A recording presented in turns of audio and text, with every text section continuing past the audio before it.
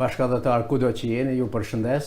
Sot në emisionin Jetë Mërgjimtari kam të ftuar një bashkëdhëtarin ton, i cili ka dëshmuar në Shtetet e Bashkuara të Amerikës vlerat larta qytetëruse, ka dëshmuar një përgatitje të lartë intelektuale me vlera demokratike, por dhe integruese në jetën e shqiptarëve të Amerikës. Atë që kam vënë në re është se personazhi sotëm është një aktivist i dalluar në jetën e komunitetit, por do thoja dhe një dorë e paqë në harmoninë mes njëri tjetrit. Mirë se erdhe Nevrus Nazarko. Mirë se erdhe. Sot jemi live në këtë intervistë, do të bashkë bisedojmë mbi disa probleme jetësore në jetën e komunitetit, por dhe aktivitetin tuaj në Shtetet e Bashkuara të Amerikës. Unë kam 20 vjetë në Amerikë dhe jam marrë si tush me jetën e komunitetit, me libra, me aktivitetet ndryshme, me intervista në televizion. Dhe kam vënë në re dy pengesa në jetën tonë. Pengesa parë është që ne nuk e pranojmë njëri tjetrin dhe është shumë e vështirë të jesh vetvetja në vendin ku jetojmë dhe ushtrojmë aktivitetin. Çfarë do na thush rreth këtyre dy cilësive jo fort mira që i kemi ne mes vetes? Së pari dua të falenderoj për mundësinë që më jep që të zhvillojmë këtë bashkëbisedim së bashku dhe dua të falenderoj edhe pronarin e televizionit AlbDreams, mikun ton zotin Rush Dragu, që na i krijoi mundësinë në ambientet e studios së tij. Është paksa e vështirë dhe e lehtë në njëkohësisht të përgjigjesh pyetjes që bëhet në lidhje me vështirësinë ose me atë çka hasim në jetën e përditshme për të qenë vetvetja ose për të shpalosur ato tipare më të mira të cilat ne mbartim si shqiptar dhe si emigrant më tepër, sepse qenia emigrant të jep disa veçori dhe disa tipare të cilat nuk i demonstron ose nuk i has dot në atë shkallë kur je në vendin tënd. Fakti është që fatkeqësisht ne kemi vim nga një rajon i cili historikisht është i mbartur me konflikte dhe me tradita lufte, të them, dhe nga që ka qenë i tillë për një periudhë kohore shumë të gjatë me shekuj, detyrimisht ato kanë kalitur tek ne si ardhës, si jetues ose si pasardhës të atij rajoni dhe atyre burrave dhe grave të cilat jetuan në atë situatë, në atë terren. Nuk kemi rrugë tjetër se rrugë ka plot, por unë mendoj që manifestimi për të cilin ju folët që vështirësia për të qenë vetvetja dhe për të shpalosur disa herë tiparet më të mira të cilat neve i posedojmë, mendoj që një nga këto faktor është ajo se nuk jemi shkëputur plotësisht nga ajo kulturë në përgjithësi andej nga kemi ardhur me gadishullit ballkanik, që nuk është veçori vetëm neve si shqiptarëve mendoj unë, por dhe e kombeve të tjerë që na rrethojnë, dhe ajo transmetohet dhe transplatohet edhe këtu, midis vështirësive të shumta që kemi. Unë mendoj që ne prap jemi në një farmase më tolerant dhe më të prirur për të qenë vetvetja, dhe këtë e demonstrojmë në bizneset, në punë e përditshme të cilën bëjmë, por kur vjen fjala për marrëdhëniet ndërkomunitare, kjo e ngre atë kokën e vet, si mund të them, të jo të dëshiruar edhe na pengon për të qenë ajo vetvetja për cilin e folit. Nga studimet e mia dhe nga shkrimet kam vënë në re që familja juaj në Shtetet e Bashkuara të Amerikës është një familje e madhe dhe me shumë antar. Mund të na thush pak si janë ato fillimet e familjes tuaj në Shtetet e Bashkuara të Amerikës? Kush ka ardhur përpara, si Zanafilla e fisit Nazarko në Shtetet e Bashkuara të Amerikës është e gjatë. Unë kam gjetur personalisht rekordin nga viti 1908 të dy vëllezërve të gjyshit tim. Në 1908 18-20 vjeçar ishin kur emigruan nga Kolonja, pjesë e cilës nga vjen familja ime, dhe Nazarkot të gjithë në Shtetet e Bashkuara të Amerikës nëpërmjet portit të Patrës në Greqi. Dhe atëherë ishte interesante te rekordi që gjeta, sepse ata ishin nuk kishte shtet Shqipëria dhe quheshin Në pasaport turke. Pjesë e strukturës otomane e shtetësisë shtetit otoman. Tashmë në 1908. Mbas 1908 këto ishin ajo e para që kam gjetur unë për pjesëtar të fisit Nazarko. Pastaj më vonë gjatë kohës së mbretit Zog kanë emigruar kushrinjt dhe pjesëtar të fisit Nazarko, nga të cilët më e njohura dhe më e dukshme ka qenë zonja Mynëver Orhan, që ka ardhur në 1939.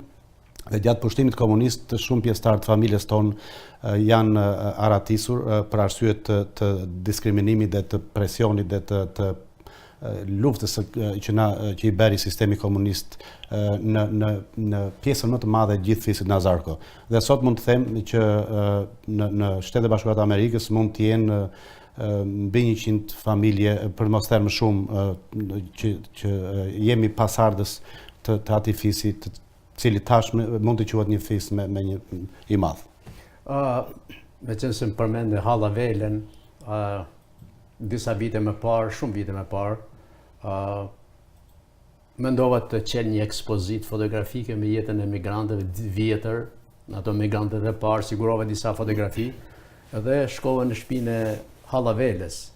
Ajo ishte një zoj me të vërtet e vjetër, por shumë energjike.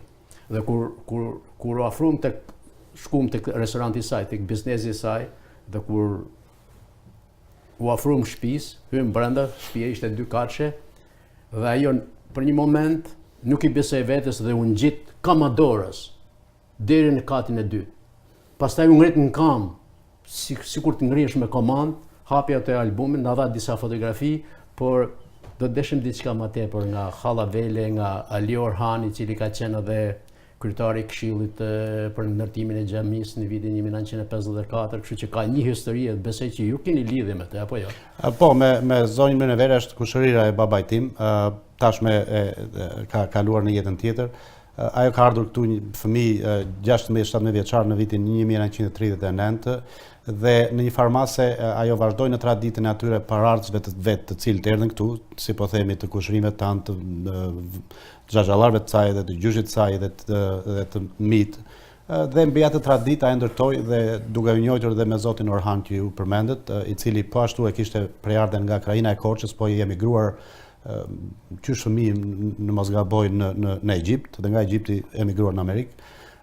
Plus që ajo kishte një personalitet, siç e keni vënë re dhe juve, që rezatonte dhe një jo vetëm një zgjuarësi natyrale, por edhe një dëshirë të madhe biznesmene e mirë dhe një dëshirë shumë e madhe për të qenë jo vetëm aktive në komunitet së bashku me burrin e saj, por edhe për të ndihmuar shqiptarë të ndryshëm të cilët tashmë vinin dhe shkonin si pjesë e emigracionit në Shqipëri.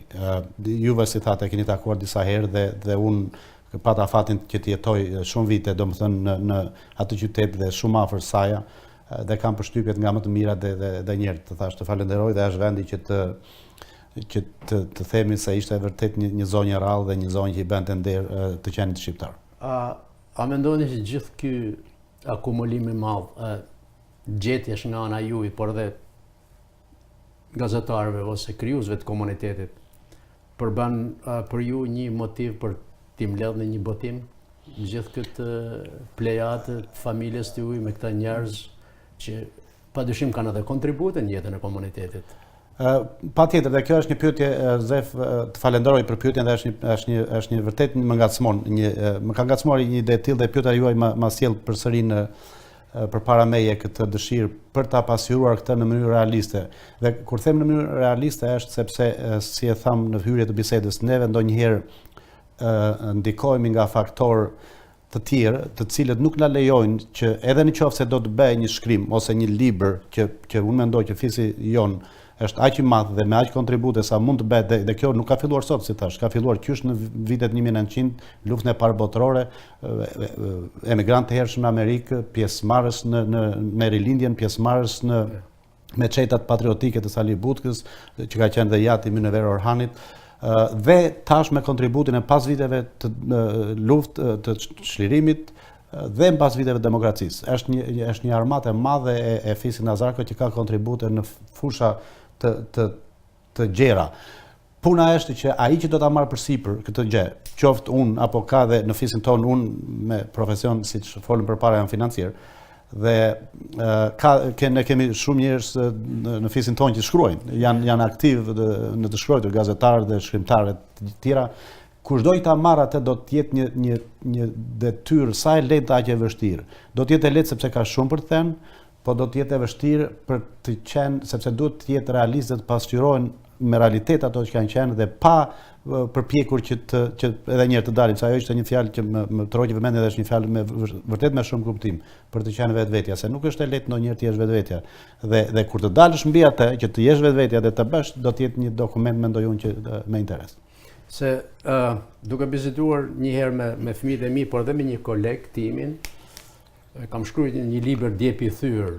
Në atë libër kam përshkruar edhe pak familjen time, jo komplet, po vetëm një pjesë edhe po më thot një mik pse s'ke vazhduar dhe ore cili ka qenë motivi. I thash që mos të prishet gjaku me gjakun.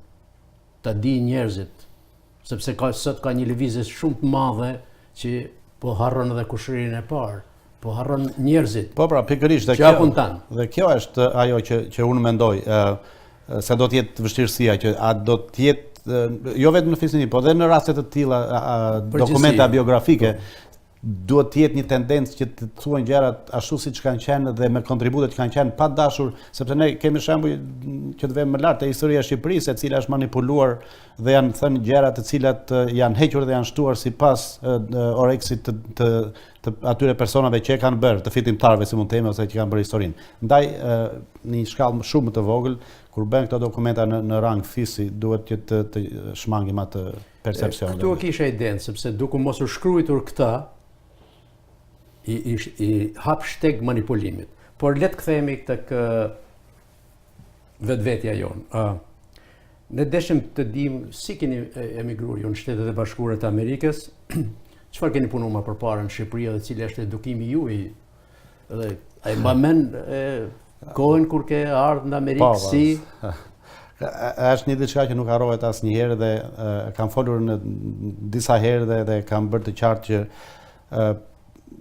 është një kur shkojmë mbrapa është një diçka kam kaluar vështirësi të jo shumë vete kanë kaluar ato të cilat kam kaluar unë. Nuk do zgjatem shumë sepse kjo është një libër më vete për të cilën mund të jep për jetën time. Por momentet kryesore të kësaj janë kjo që kur mbarova shkollën e mesme në vitin 1983 dhe mbarova me medalje të artë në Shqipëri, nuk më dha e drejta të shkoja në shkollë lart për arsye sepse gjyqi tim kishte qenë i deklasuar kulak, siç ishte ajo lufta e klasave. Dhe kreva shërbimin ushtarak dhe për pjesën tjetër që ishte ato disa vite punova në ndërmarrjen e ujrave si punëtor i thjesht. Kur urrëzua sistemi, më kujtohet shumë mirë, në 31 mars të vitit 1991 janë bërë zgjedhjet e para pluraliste, si mund të quhen, po në fakt ishin pluraliste sepse fitoi prap Partia Ish Komuniste. Ishin në flet në atë shënuar në flet.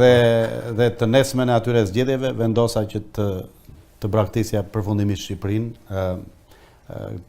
Kam ikur në Greqi me statusin e refugjatit politik, e kam fituar në Greqi. Kërkova dhe mua aprovua. Dhe nga Greqia kam ardhur në Shtetet e Bashkuara të Amerikës në vitin 1992. Në fillimet e mia kam, domethënë tashmë një djalosh, isha beqar, pa arsimuar mund të them, ose kisha shkollën e mesme dhe një armë shumë të fortë, se si thashë kisha një bazë shumë të fortë. Fillova këtu me puna të rëndomta siç i kemi të gjithë neve, që nga larja pjatave deri në ndërtim. Dhe gradualisht pata mundësinë, mu dha mundësia dhe pata dhe vullnetin që të shkoja në universitet. Kam mbaruar universitetin këtu në Wayne State University dhe gradën bachelor dhe master. Dhe kam punuar për 20 vitet e fundit në instancat e pushtetit lokal në 3 qytete të ndryshme. Kam qenë drejtori i financës në bashki në 3 qytete dhe jap dhe mësim tash si pedagog në Universitetin e Michiganit në Dearborn. Sigurisht kur keni ardhur në Iran në kontakt me jetën e komunitetit. Si e menon në ato vite në komunitetin shqiptar në Detroit në raport me ditët e sotme? Është një krahasim që nuk mund të bëhet, domethënë është e lehtë të bëhet si krahasim sepse në ato vite që kam ardhur unë ishin emigrantët që kishin ardhur para 90-s, nëse do t'i ndaj tashmë në të para 90-s dhe të mbas 90-s, sepse vërteta është që janë dy breza me mentalitete dhe me background shumë të ndryshëm. Por neve që kishim ardhur domethënë mbas viteve 90, ne ishim një grush njerëzish që problemin e parë dhe jetësor kishim që si do ushqeheshim atë ditë, nuk ishte fjala se çfarë mund të bënim gjë tjetër për komunitetin. Kurse me evolimin e komunitetit dhe shtimin e migracionit nga mënyrat më të ndryshme, që nga llotaritë amerikane dhe bashkimet familjare, martesat, azilet politike, të cilat tashi komuniteti është, domethënë nga një komunitet disa qindra shqiptarësh në vitin 1900 në fillim të viteve 90, sot ne kemi një komunitet që i kalon ndoshta 120.000 shqiptarë vetëm në Michigan ose në zonën metropolitane të Detroitit. Atëherë mund të quhet që s'kishte organizim, ne thjesht ndiqnim ato ceremonitë në institucionet fetare në të cilat ishin më të stabilizuara, kurse tashmë, siç e dini dhe juve, se ju jeni një pjesëmarrës shumë aktiv në komunitet, domethënë jo vetëm nëpërmjet gazetarisë, por nëpërmjet librave të cilat keni shkruar dhe publikuar disa. Është një tashi mund ta quaj domethënë jetën komunitare si një amalgam lëvizjesh, për mendimin tim, kjo është mendimi personal, deri diku kaotike, por brenda tyre ato mund të quhen të rregullta. Por po ti marrësh si lëvizje, domethënë në tërësinë e komunitetit, unë mendoj që është një si puna saj amebës, që në një rast zgjatet nga një krah dhe në rasti tjetër zgjatet nga krahu tjetër, sipas asaj ku do gjej territorin e ujit ose për të ngrënë atë ushqimin që jepet e caktuar. A mund të jetë ndryshe? Jam shumë i vogël për ta ditur përgjigjen e asaj. Që e ndjej që duhet të jetë ndryshe, por se si mund të jetë ndryshe nuk jam në gjendje që ta them. Le të kthehemi pak sepse kur jenë në emigracion sigurisht edhe njeriu kthen kokën edhe nga pas, andaj nga ka ardhur, domethënë ngjarjet në zhvillimin, problemet që ka dhe shteti shqiptar. Sepse, me thënë drejtën, shteti shqiptar ka krijuar një hendek midis vetes dhe diasporës, por ju ai përcjellni ngjarjet në Shqipëri, sidomos këtë kohë të fundit mbi demonstratat e studentëve dhe të jam edhe si natyrë që jam hulumutues edhe më pëlqen të jemi përfshirë, por ngjarjet në Shqipëri kanë përcjell me intensitet dhe me një vëmendje të veçantë qysh po thua qysh kur kam ardhur me ato mundësi që janë dhënë, kurse ditët e sot me mjetet elektronike që kemi në dispozicion, po thua se ne jemi sigur jetojmë atje thjesht jo në Tiranë, por në një qytet tjetër me Tiranë. Dhe të përgjigjem pyetjes tuaj, po i kam përcjell dhe me shumë interes. Po prona është e shenjtë. Padyshim. E sidomos në sistemin kapitalist. Më kujtohet që në Shkodër kur u ndërtu hotel Rozafa, midis atij sheshit të madh, Rozafa ishte ndërtu, midis atij sheshit të madh, kishte mbet një shtëpi e vjetër.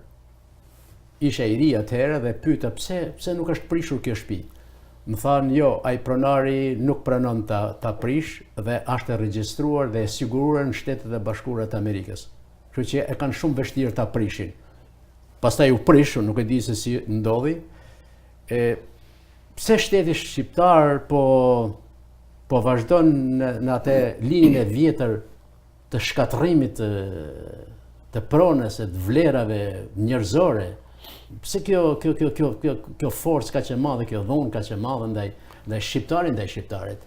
Ju nëse keni fjalën për ato ndërtimet që po prishen te tashmë Unaza e re, ajo është një temë që është nuk është aq e thjeshtë sa paraqiten në media ose si e përshkruan qeveria. Por fakti është ky që ata njerëz që kanë ndërtuar aty në atë zonën tash që do bëhet Unaza e re, ata janë njerëz që në një formë apo në një tjetër ai sistem ose i diskriminoi nga lufta e klasave ose i diskriminoi për faktin e thjeshtë se kishin lindur diku jashtë Tiranës në një fshat siç kam lindur vet dhe s'ishte në dorën e tyre atje ku lindën. Në male me shpella ose pa shpella. Është një temë tjetër ajo që ajo është një temë që ajo fjalor është një fjalor jo i papranueshëm, po i dënueshëm dhe i dënueshëm me heqje lirie për mendimin tim. Por le të kthehemi tek kjo, domethënë këta njerëz që jetojnë aty. Aty kanë lindur fëmijë te ato shtëpi. Aty kanë lindur fëmijë. Babai tyre zbriti nga fshati dhe bëri atë shtëpinë me leja pa lejë në atë vend që ai mendoi se ishte i lirë. Dhe faktikisht derisa se ka dalë pronar është vend i lirë. Ka qenë vend i shtetit. Por ku është fjala? Fjala është që edhe në Amerikë ndodh që shteti të shpronson për objektet me rëndësi kombëtare. Mënyra se si bëhet shpronësimi.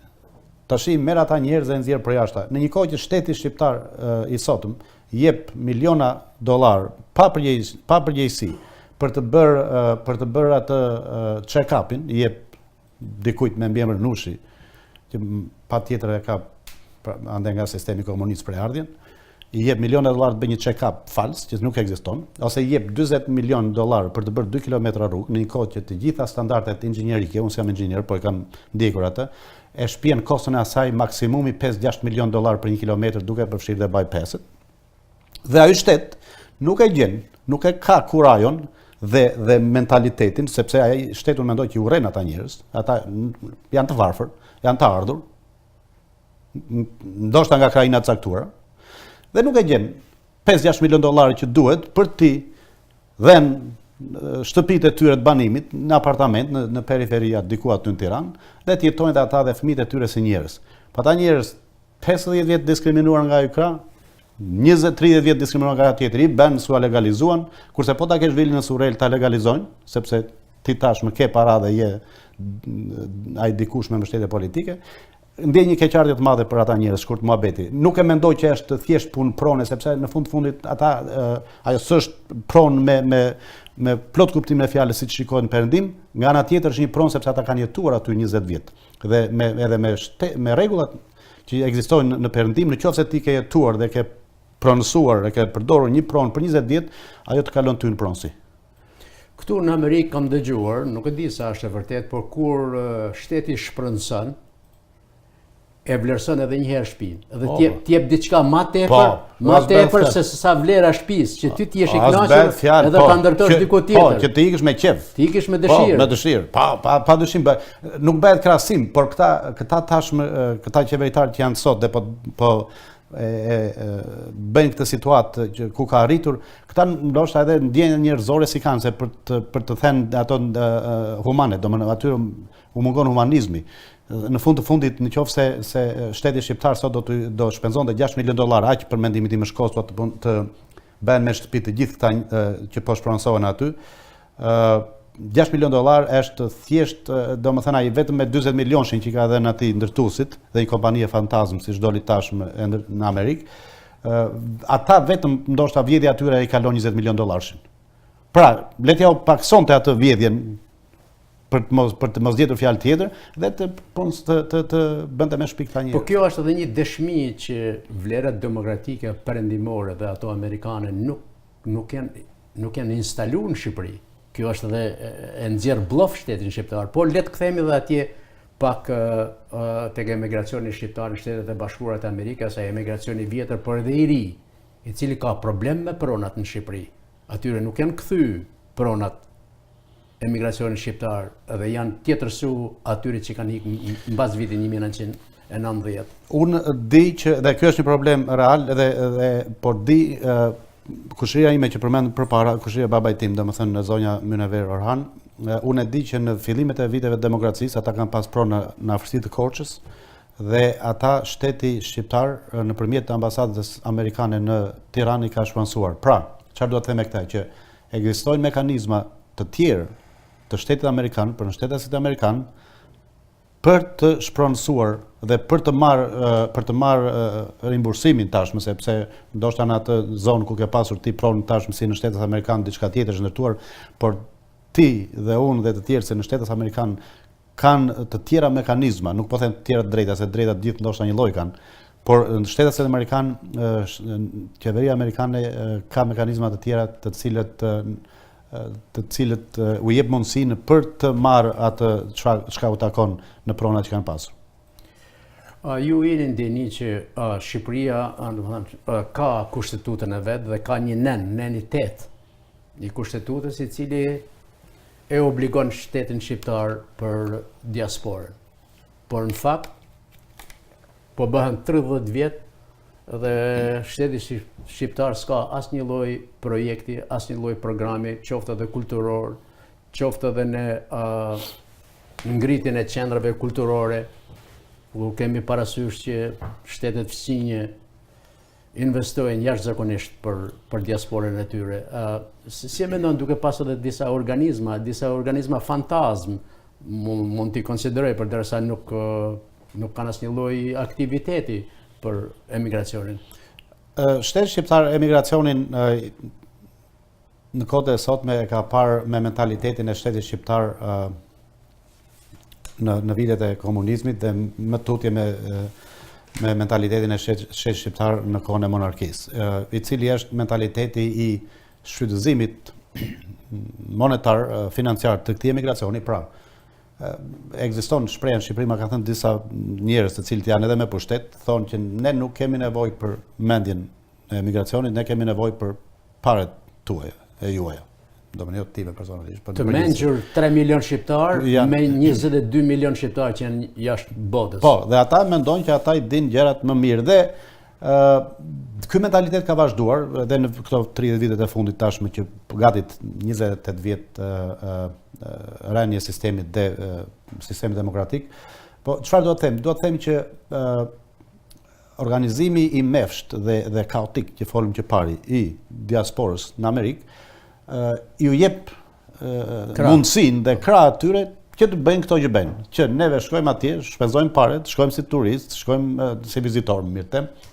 Shpenzojmë atje, dërgojmë familjeve tona atje dhe ata aq që duhet. Pjesa tjetër pastaj e dina vetë ata specialistët se si e menaxhojnë. Për të kthyer tek kjo e diasporës, domethënë ju përmend nenitet të kushtetues. Ju e dini vetë, e shikoni vetë se si është trajtuar diaspora, domethënë një mefshtësi që ne tashmë kemi edhe një ministër të diasporës, por arritja më e madhe e ministrit të diasporës sot, e dini se cila është?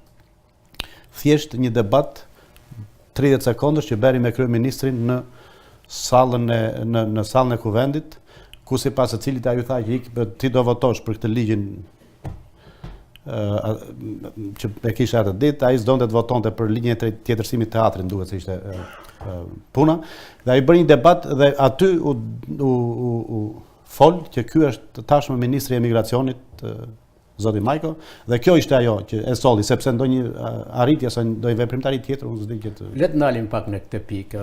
Unë kam marrë pjesë në takimin që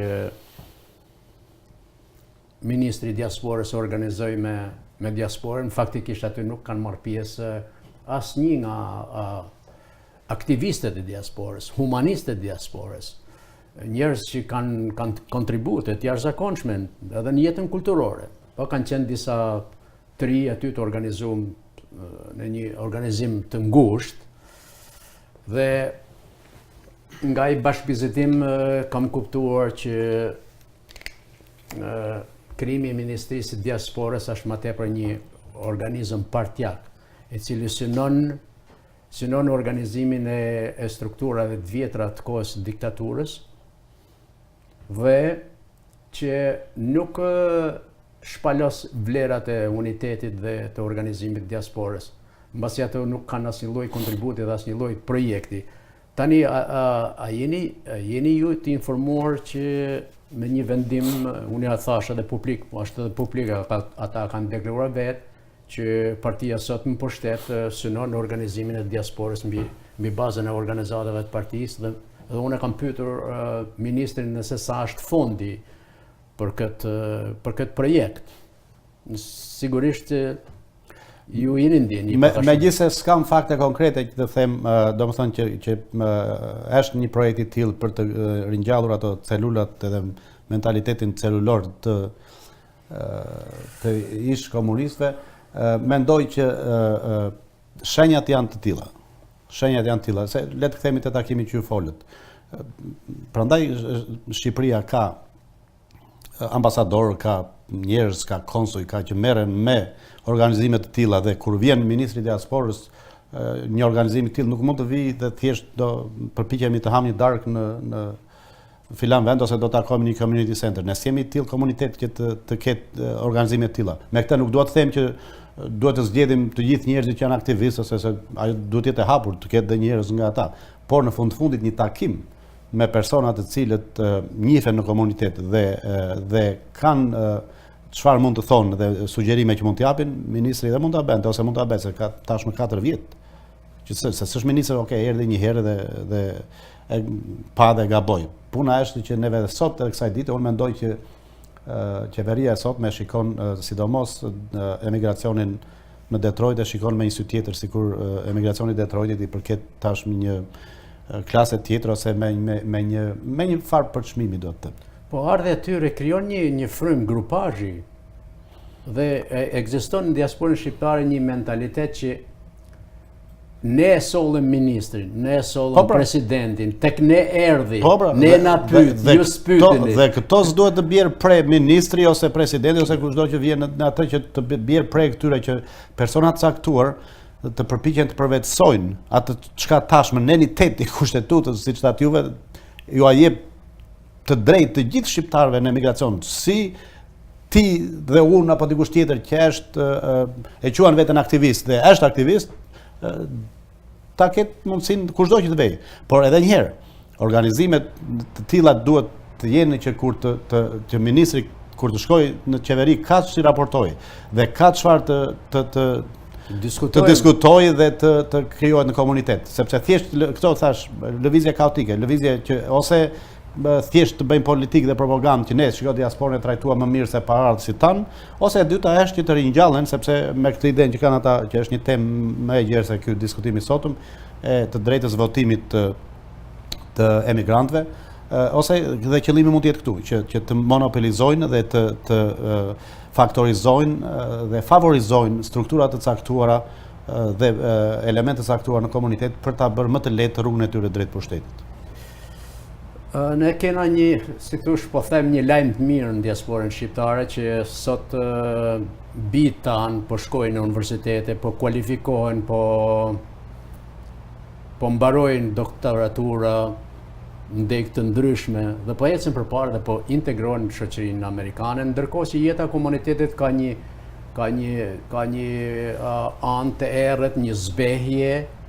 Po të kemi parasysh këtu që 120.000 shqiptarë jetojnë këtu në Detroit, ka rreth 38 shoqata të regjistruara, me rreth 30.000 student ose fëmijë nuk dinë gjuhën shqipe, pra ne nuk e kemi shkollën shqipe të organizuar, siç e kanë gjitha kombësitë tjera, nuk e kemi qendrën kulturore, ku t'jenë të gjithë pa dallim feje, krahine apo ideje, siç është kjo formula e rilindjes, për të bashkuar për ta zhvilluar traditën më të bukur shqiptare në Shtetet e Bashkuara të Amerikës. Unë kam vënë re që kultura shqiptare po tentohet nga organizmat fqinj të vilajetizohet mbi bazën e formuleve ndoshta të Perendorisë Osmane, që kërkush ndoshta nuk e vënë re, por kam pikas nga shkrimet e mia, nga vëzhgimet e mia.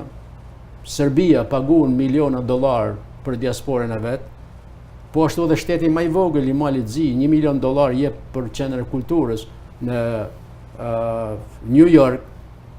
Edhe ne kemi jo rezultate të duhura në fushën e kulturës. Organizohen disa takime sporadike, aty në ma shumë drejtohen nga element të cilët as gjuhën shqipe nuk e din, jo ma të pretendosh për një linjë, thirrën eksponent nga Shqipëria për të treguar shqiptarëve se cili është flamuri, edhe me një tendencë vërtet shumë skile për të mbush sallën me pjesëmarrës në mënyrë që të ketë sukses biznesi. Po më kujton byroën politike kur vinin në për takime, detyrojnë në çonin konviktet ose shkollat për me mbush sallën se nuk donte të dëgjonte njëri.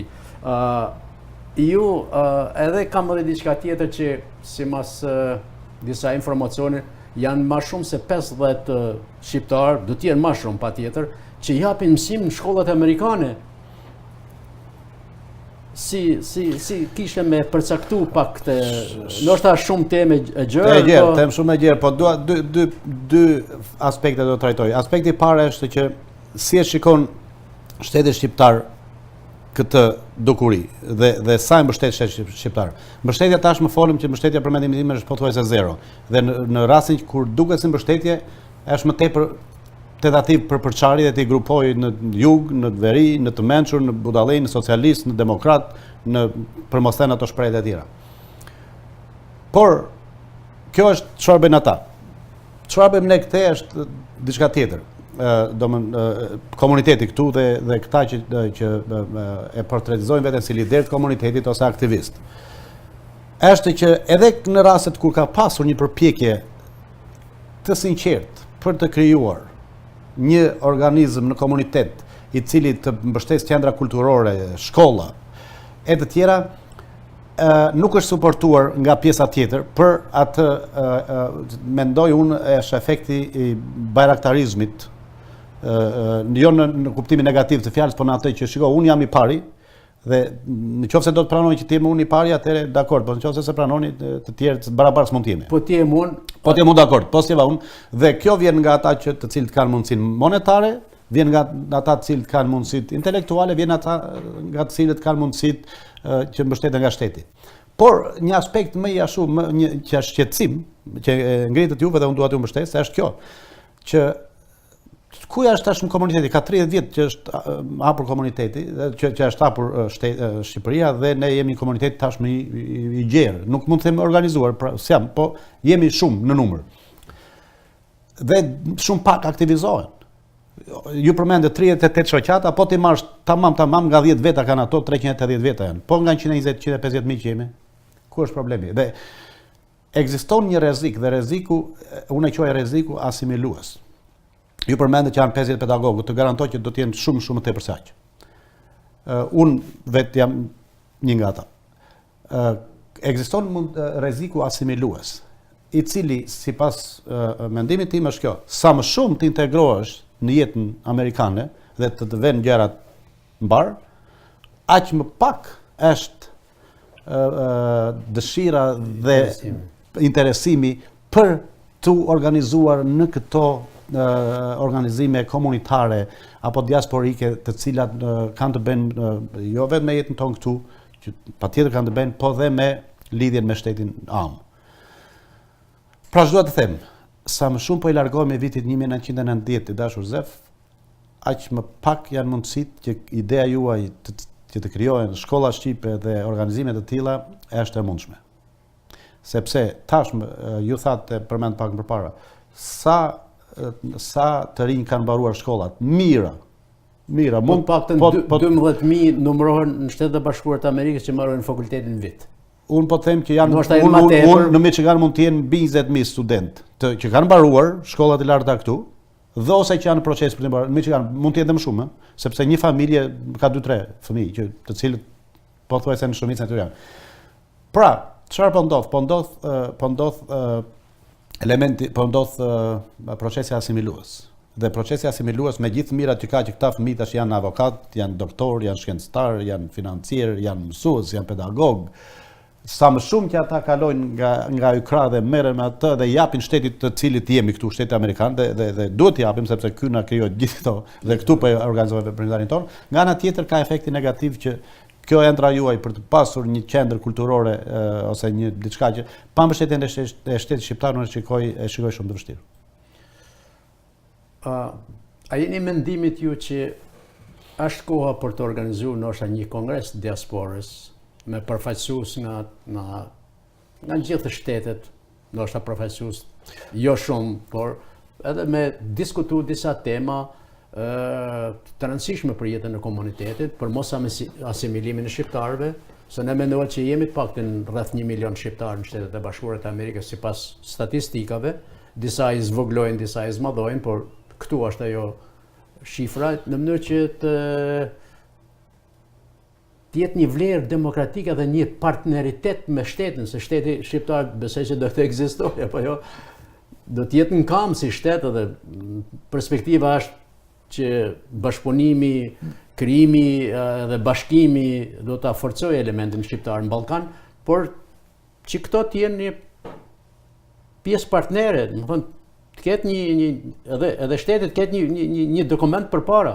S'ka asnjë lloj shifre, asnjë lloj vetëm ato që merren në mënyrë sporadike ose nga takimet dhe interpretohen dhe gabim shpesh. Ky do të ishte një nga rolet mendoj unë se di se çfarë roli ka Ministria e Diasporës, sepse thash s'ka treguar gjë, por ky do të ishte edhe një nga faktorët që Ministria e Diasporës përveç atij sensusit që mundet të krijonte një listë dhe të ishte brenda në komunitet, mund të facilitonte, mund ta ndihmonte këtë proces dhe ju thatë ja është koha, po patjetër është koha dhe ata u përpoqën me sa di unë qeveria para një 3-4 vjetësh për një show para se të bëheshin zgjedhjet, bërin diçka të tillë për të ftuar elemente të diasporës në Tiranë. Ai ishte një show politik. Ishte një show dhe aty ishte nuk ishte as nga Amerika. Ishte një mundësi e madhe.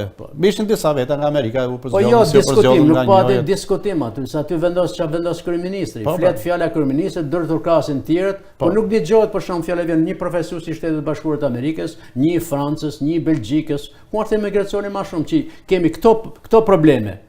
Prandaj duhet i vëmë në diskutim, jo për koha është, ka qenë dhe është, problemi është që me atë që thamë në fillim të emisionit që në gjendjen në të cilën ndodhet sot diaspora dhe komuniteti, jo vetëm Detroit, por në gjithë Amerikën hasin të njëjtat probleme, do të jetë e vështirë përderisa të ketë një koordinim të intelektualëve me biznesin dhe të kristalizohet kjo teori për të bërë një kongres mbarkombëtar të diasporës dhe jo vetëm të jetë lokalizuar në Shtetet Bashkuara të Amerikës, por të jetë si shtatyu me diasporën në gjithë vendet e tjera, nga ku të dilet me gjëra të qarta se çfarë mundet të bëhet dhe si mund të ndihmohet tashmë kjo diasporë që s'është me diasporë sepse shumica si thatë ju e shtetit ose shqiptarëve jetojnë jashtë Shqipërisë.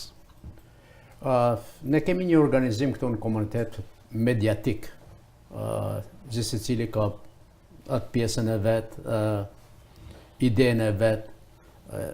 Si mendoni ju për organizimin mediatik në diasporë? Kanë kryer rolin më sa mundësi kanë patur, a mendon që do të ishte më mirë sikur komunitetet kishte një revistë mbar komunitetin me financimin e komunitetit, me projekte të veçanta, ndoshta një gazetë, ndoshta edhe një televizion që të arrinte të hynte në kanalet më dëgjuar amerikane. Në kohët të cilat jetojmë, do më thënë që janë kohët digjitale, është epoka e televizionit, epoka e Facebookut, epoka e këtyre mjeteve. Kush e ka një televizion në dorë. Po, pra. Dhe kjo ide e revistave së gjerave të shtypura, do më thënë revista mund të jetë revistë elektronike tashmë, sepse këto të shtypurat e kanë ezarurat edhe dhe revista dhe gazeta prestigjioze amerikane tashmë janë kthyer versionit elektronik në internet.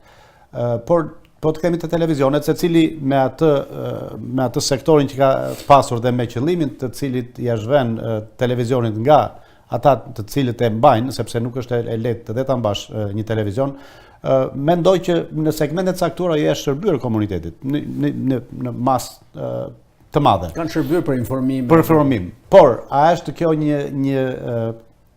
një mundësi e koordinuar, a ka qenë mundësi? Absolutisht jo.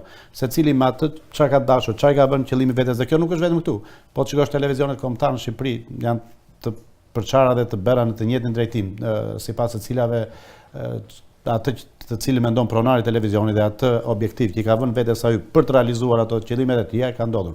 Këtu nuk është në atë nivel plotësisht, sepse këtu të paktën fatmirësisht televizionet dhe ta të cilët i kanë televizionet nuk e kanë burimin e mirëqenies dhe të familjeve të tyre nga ky televizion, mendoj unë, nga këto televizione, duhet të them. është efekt pozitiv.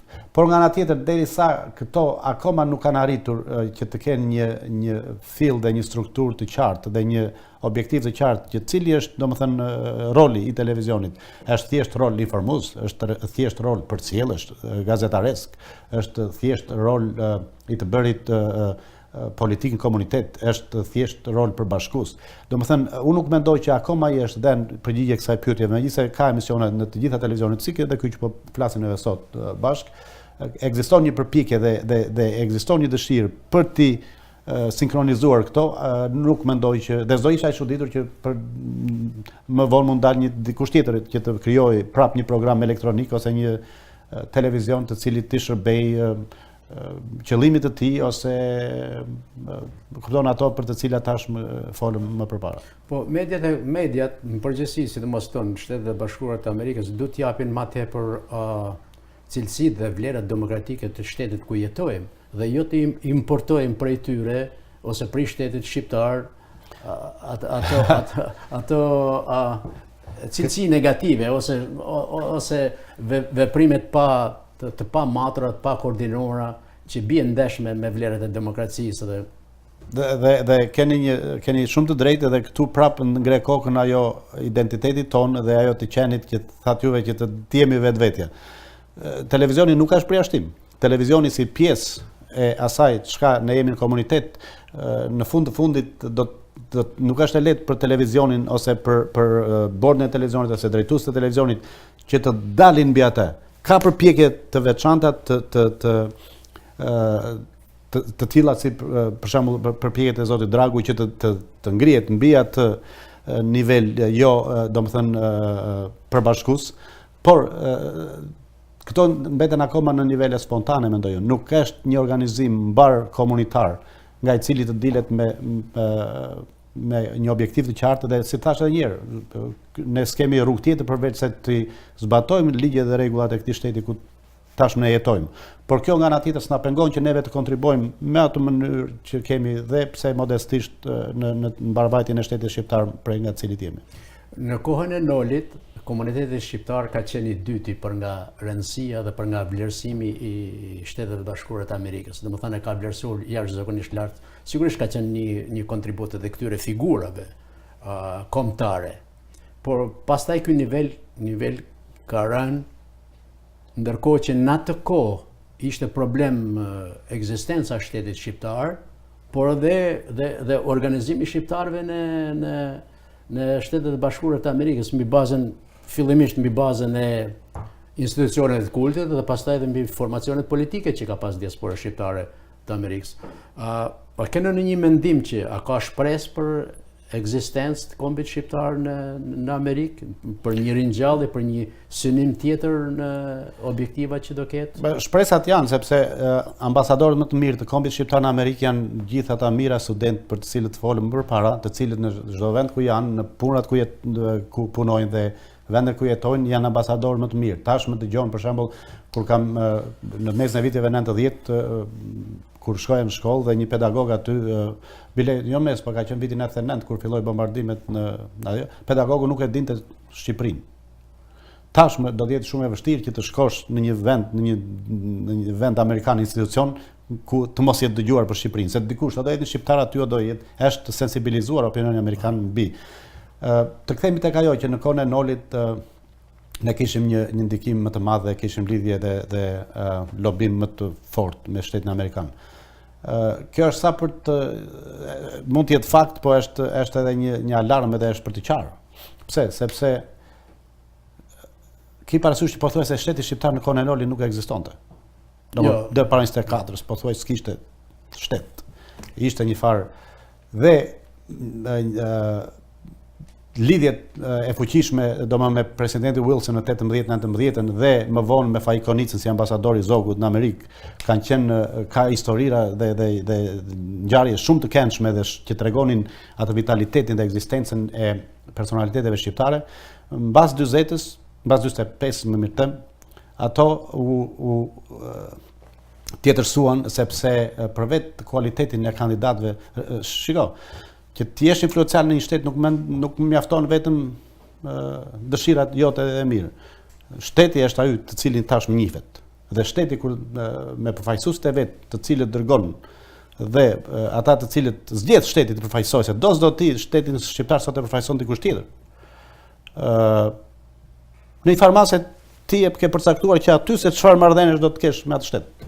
Se ti s'jeni një shtet i fuqishëm, 2 milion banorë që të caktosh ti politikat amerikane, ti thjesht raportet personale janë ato të cilat tashmë një histori e Faikonicës e dëgjuar në vitet 30 siç tash kur ishte ambasador në i Zogut në Washington. Ishte një shtet aq i vogël thotë sa nuk na i varte njeri thotë dhe bënin mbledhje të këto që ftoshin ambasadorët dhe kështu dhe nuk dëgjoj Shqipëria s'kishte. Dhe çfarë vendosi tha, një ditë ishte një takim i zgjeruar ambasadorëve me shtetin amerikan, një mbledhje e zgjeruar, dhe Faiku e dinte që ishte shumë i mençur, kishte mbaruar në Harvard, po si autoritet do vëmendjen atyre se nuk e kupton, ishte përfaqësues i askujt, një shteti, një monarki kishte sapo kishte filluar. Dhe legitimiteti i saj ishte në pyetje anyway. Dhe thot çfarë bëra? Faiku në atë vendosi që të vishej me kostumin kombëtar kolonjar. Faiku është nga krajina ime. Dhe u vesh, po e ke parasysh me atë fustanellën me pingat me xhuvk. Ka dhe një foto. Po. Dhe shkoj atje dhe shkoj pak me vonesë, jo në fillim fare, kur e pan të gjithë ata që Faiku vajti me atë veshje të çuditshme tashmë, ata se kishin parë se ishin gjithë me kravata, filluan të gjithë dhe e lanë qëllimin për cilin ishin mbledhur dhe po diskutonin për 1 orë, po merreshin që ky dhe çfarë është shqiptar, u diskutua, u sensibilizua gjithë trupi diplomatik në lidhje me Shqipërinë, sepse s'kisha si të sensibilizonin ndryshe ata me të folur nuk dëgjonin. Kupton? Ku janë ato stante që mundet të bëj dikush sot një? Edhe i binte pianos kur kishin festat kombëtare ato shteteve. Kur e vizitonin, ai binte pianos, ai binte filmin e melodi, filmin e tyre. Por le të kthehemi pak te kjo që e përmendët dhe ju, a është e shkruar historia shqiptare të Amerikës, a mendon që duhet të ketë një sens tjetër sepse kam parasysh kur isha në një intervistë në televizionin shqiptar, më bën edhe pyetje, thanë nuk e njohim këtë historinë. Nuk dim gjë nga Shtetet e Bashkuara të Amerikës. Është e vërtet dhe ajo do jetë një, si tham, tamam si tham më përpara, kur ishte një pyetje më ngushtë që thatë a mundet që një ditë kjo historia e fisit Nazarko tash me një amalgam të tillë njerëzish dhe që kaq i madh fisi madh do ketë diçka një të shkruar një libër për këtë fsoj, nuk është ndryshe kjo nga kjo histori që jemi, se në fundit familja ime dhe fisi im është pjesë e këtij komuniteti dhe siç jemi të gjithë bashkë. Por mendimi im është që të shkruhet dhe duhet dhe s'është bërë asnjë përpjekje për ta bërë. Ka pasur përpjekje sporadike, si ishte ai shqiptar në Detroit, diçka, dhe ato ishin përpjekje thjesht mbi bazën e njohjeve personale dhe ndonjëherë ato përdoren edhe për të nxjerrë natet e dikujt me dikë tjetër që shiko se ne do ta mjanojmë Zefin apo Nevruzin apo Rushin sepse këta janë, kupton, për ato të atij personit të cilin organizon.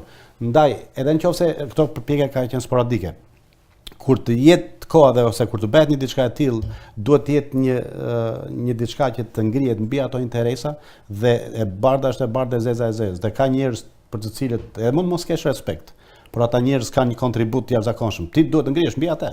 Dhe kur e them ti, ai që do ta bëj atë dhe ju jeni nga pjesa e atij grupimi shqiptar të cilët jeni shkrimtarë dhe shkruani. Kontributi do të jetë nga të gjithë, sepse të gjithë kemi diçka për të dhënë.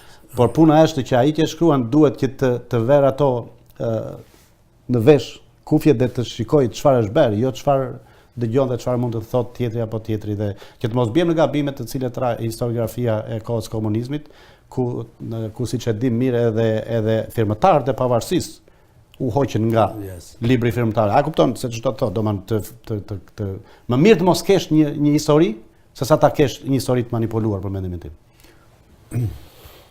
A mendoni, le të themi pak në komunitet. I shikoj këto organizimet, me thënë drejtën, edhe ndjej një dhimbje kur i shikoj, por ndoshta jam edhe i vetëm që mendoj kështu, por janë në cilësi dobët, shumë të dobët, mënyra prezantimit, fjalët që flitet shumë dhe njerëzit nuk dëgjojnë më. njerëzit mërziten nga këto. A mendon që duhet të ketë një edhe këto institucionet e kultit, kur është fjala për çështjen kombëtare, për festën e flamurit, se festa flamurit nuk ka festë fetare. Festa e flamurit është respekti për herojt, për gjakun e tyre që kanë dhënë për liri, është respekti për flamurin, është respekti për kombin.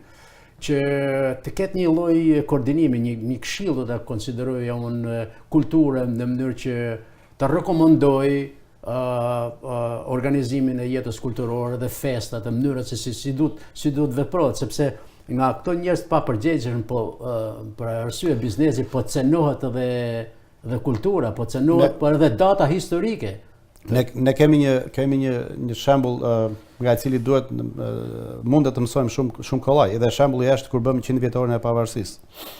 Dhe 100 vjetori i pavarësisë si rezultati i vakumit komunitar, të cili nuk ishte këtë organizëm të cilin thoni ju, që të kryej një manifestim mbi fetar, mbi ndasor, po të kryej një që ishte gjithë përbashkuar, ashtu siç jemi.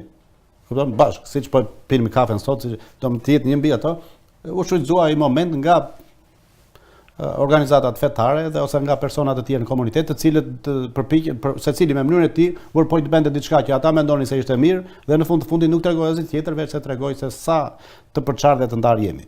Ai s'ishte 100 vjetor, ai ishte thjesht që shikon, unë e bëj këtë dhe po dua unë e bëj këtë dhe po dua ti e bën atë. Ne ditë dim që i mbledhim 100 veta sot. Po dalim me shoqëri, kupton. Por në këtë nivel e kemi qenë. Sepse është një edhe ofendim që i bëhet inteligjencës ose aftësive njerëzore për të... Fatkeqësisht ai është niveli dhe në ditët që po kaloj më nuk shikoj ndonjë dritë jeshile. Ju keni disa vite në Amerikë dhe cilët do të ishte mesazhi juaj për këta njerëz edhe për rinin që rritet në Amerikë? Për qend shqiptare kisha fjalën. Është e vështirë, domethënë nuk mendoj që jam në pozitë që të përgjithsoj ose të jem aq ashtu sa të jap një sugjerim, po mesazhi im është ky që neve jemi një popull vital, një popull që vërtet kemi një inteligjencë natyrale. Dhe kjo tregohet me këta studentë të shkëlqyer që po janë ekselentë në fusha shumë të ndryshme dhe të gjithë i dimë njohim, kemi parë. Puna është që si do të jetë një person ose një ndërmarrje gjigande e përmasave të një revolucioni, si mund të them, kulturor ose komunitar, se dua ta quaj politik, që ti bashkoj këto energji, ti kanalizoj, jo të gjitha. Ne sikur nga 5% të japim të energjive që kemi në funksion të asaja, ne do të jemi një komunitet me një influencë të paparë për vetë faktin se çfarë energjie ekziston. Por fatkeqësisht kur energjitë përçahen dhe kur predispozicioni është që persona të caktuar të ndajnë të përpiqen të përdorin influencën e tyre për ta ndarë këtë, atëherë ajo ditë do të jetë akoma më larg. Shqipëria dhe Kosova besoj që mund të jenë në Ballkan vendet, dy vende, domethënë shqiptare, po më të veçanta që e nxorën trurin e vet jashtë. A mendoni se do të vijë koha që të dy shtetet ta kenë atë forcë që ta thithin trurin shqiptar brenda, sidomos këto që kanë mbaruar dhe janë diplomuar në Perëndim Shtetet e Bashkuara të Amerikës edhe kudo tjetër? Shenja sot për sot nuk ka. Nga të dy qeveritë, edhe në Kosovë dhe në Shqipëri, unë personalisht bile po të them jam edhe pak më i azhërnuar me atë ide, sepse 2-3 herë kam tentuar që të përfshihem në atë projekt në të shtetit shqiptar dhe jam refuzuar. Refuzuar me mënyra nga më të ndryshme dhe zot të hyj asaj sepse e bëjmë personale pasaj. Por që t'i përgjigjem pyetjes tuaj, ajo do të ishte gjëja më e mirë ku do t'i jepte përfundimisht do ta ndalonte atë rrjedhje jo vetëm të trurit, por dhe do ta çonte Shqipërinë ato nivele të cilat dhe Kosovën, të cilat i përket. Por fatkeqësisht qeveritë që ekzistojnë sot në Shqipëri dhe Kosovë, unë nuk shikoj një dispozicion të tillë. Po le të shpresojmë. Patjetër, gjithmonë shpresa vdes e fundit. Unë të falenderoj shumë për prezencën tuaj, për mesazhet që dhe jo vetëm të historisë personale, por besoj që edhe për një sferë më të gjerë të komunitetit shqiptar dhe kudo që jetojnë shqiptarët. Të uroj suksese ju dhe familjes. Faleminderit. Gjithashtu dhe juve.